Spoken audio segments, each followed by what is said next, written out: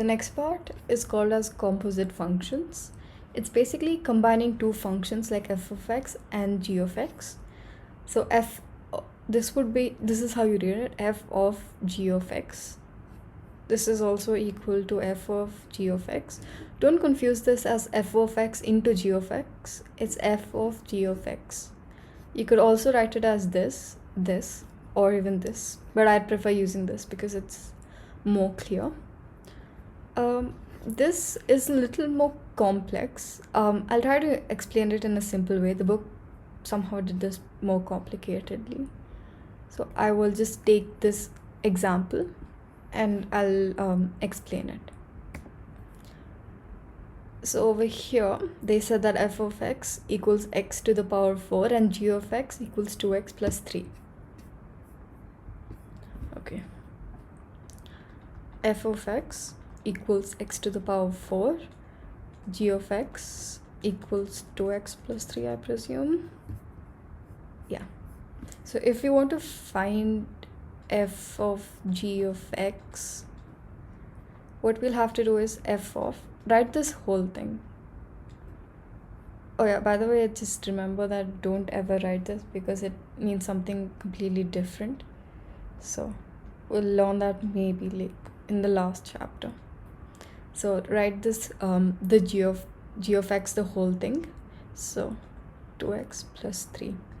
Like I said in the function notation, you replace this value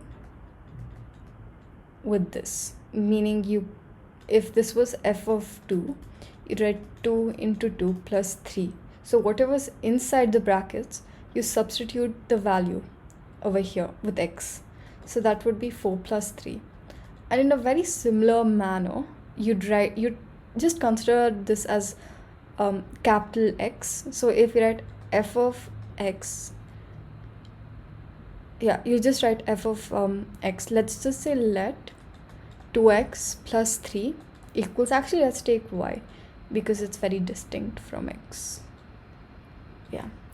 Now what we do is we'll write f of y.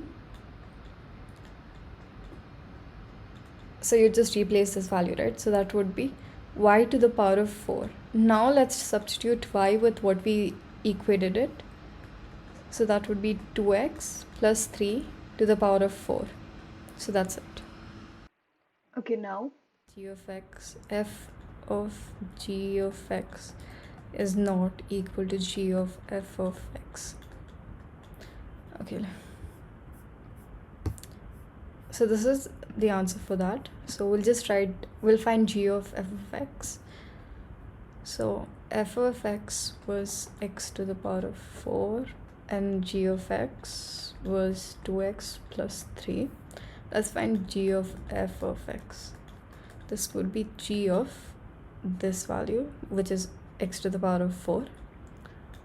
For now, for your convenience, I will just write let y equals x to the power of 4. But then when you're doing like the past papers or something, just ignore this step and just write it directly.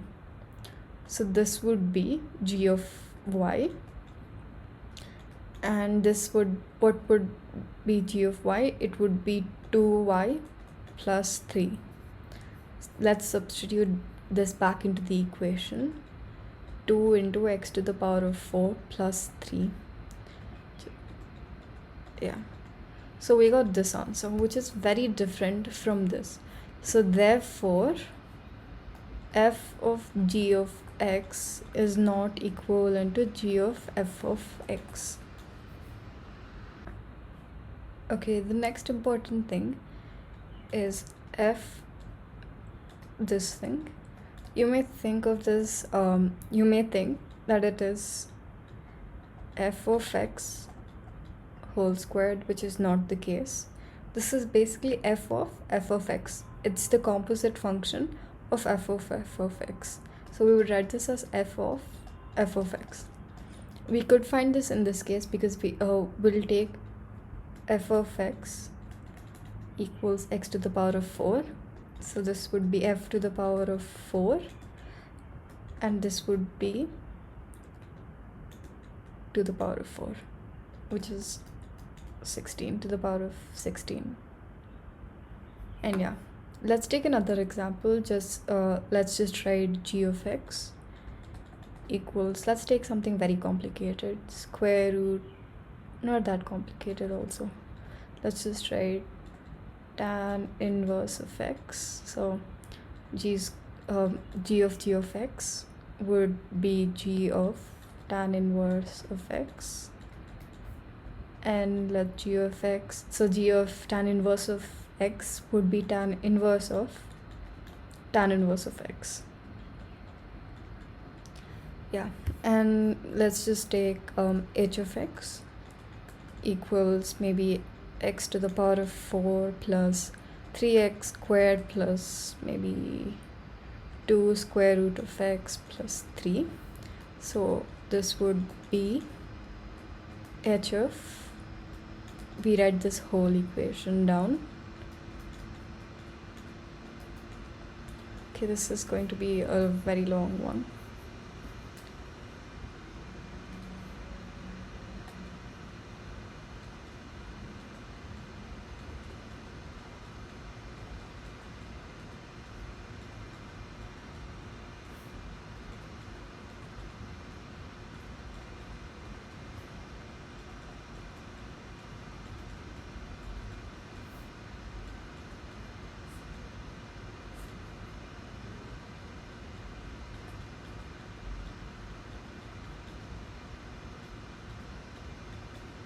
Plus 3. Yeah, it's quite simple. And also if you get this, it basically means that it's h of x. Yeah, that's quite simple. Okay, now you can try these problems. You can pause the video. So I'll now reveal the answers. This is the answers, and I'll solve a few problems also. So I will just take a photo of this and paste it there. So the first one's really simple. I'm not going to solve it because all you'll have to do is replace x with 0. So you just get b equals d, and replace with 1, and you'll just get it. It's very simple. Let's go with b. So f of x equals 2x plus 3, and g of x equals ax plus b. And they have given this one. They have given this. So let's do it. You know what, I'll just rewrite this.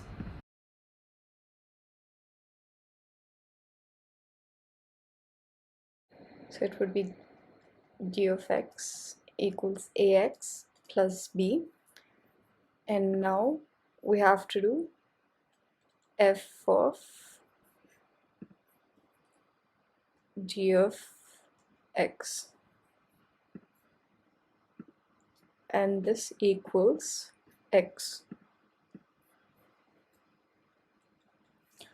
Okay, so we have f of g of x is ax plus b, and this equals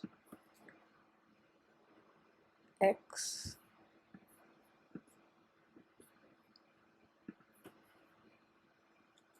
And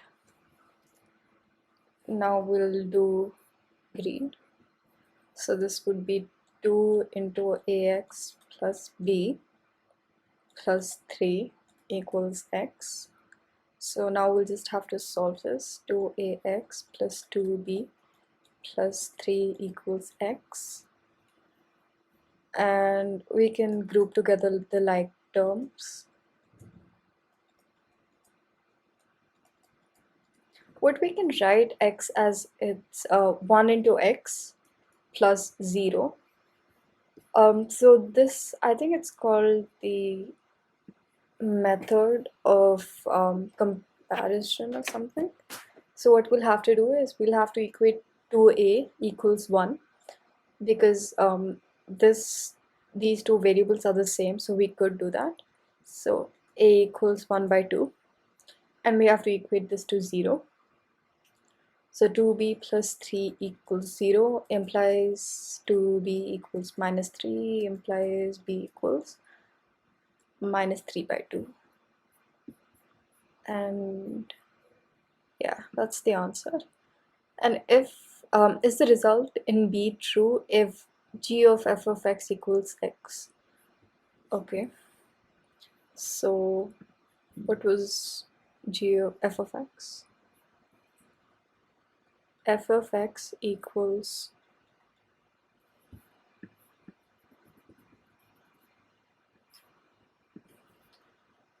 f of x equals 2x plus 3 g of x equals ax plus b. And let's try.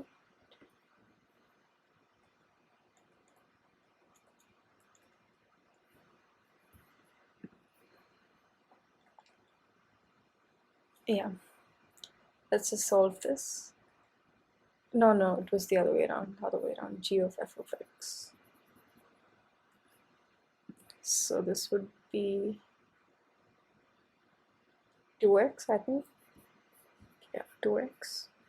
So g of f of x equals x implies g of 2x plus 3 equals x implies that a into 2x plus 3 equals plus b equals x plus 2x 2ax plus 3a plus b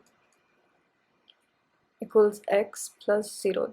Let's just write that. So implies that 2x equals 1 by 2x equals 1 implies a equals 1 divided by 2 and 3a plus b equals 0. We can substitute this value here. It would be 3 divided by 2 plus b equals 0 plus b equals minus 3 by 2. We got the same answers, so it is true for all x. Let's solve the next problem.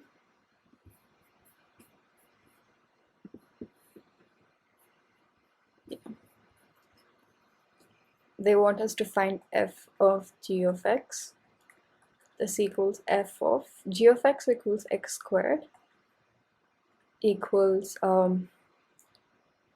square root of 1 minus x squared. So that's the value of this.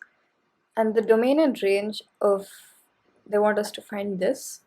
So we have done the domain and range. So we know that 1 minus x squared must be greater than or equal to 0 because square root of a negative number is not defined. Okay, so basically this is negative real numbers. Could also write it as this. So square root of a negative number is not possible. So this is what we have got to do. 1 is greater than or equal to x squared implies that minus 1 is less than or equal to x is less than or equal to 1. So that's the domain. And range is basically f of g of x is greater than or equal to 0. Yeah, that's quite simple. So yeah.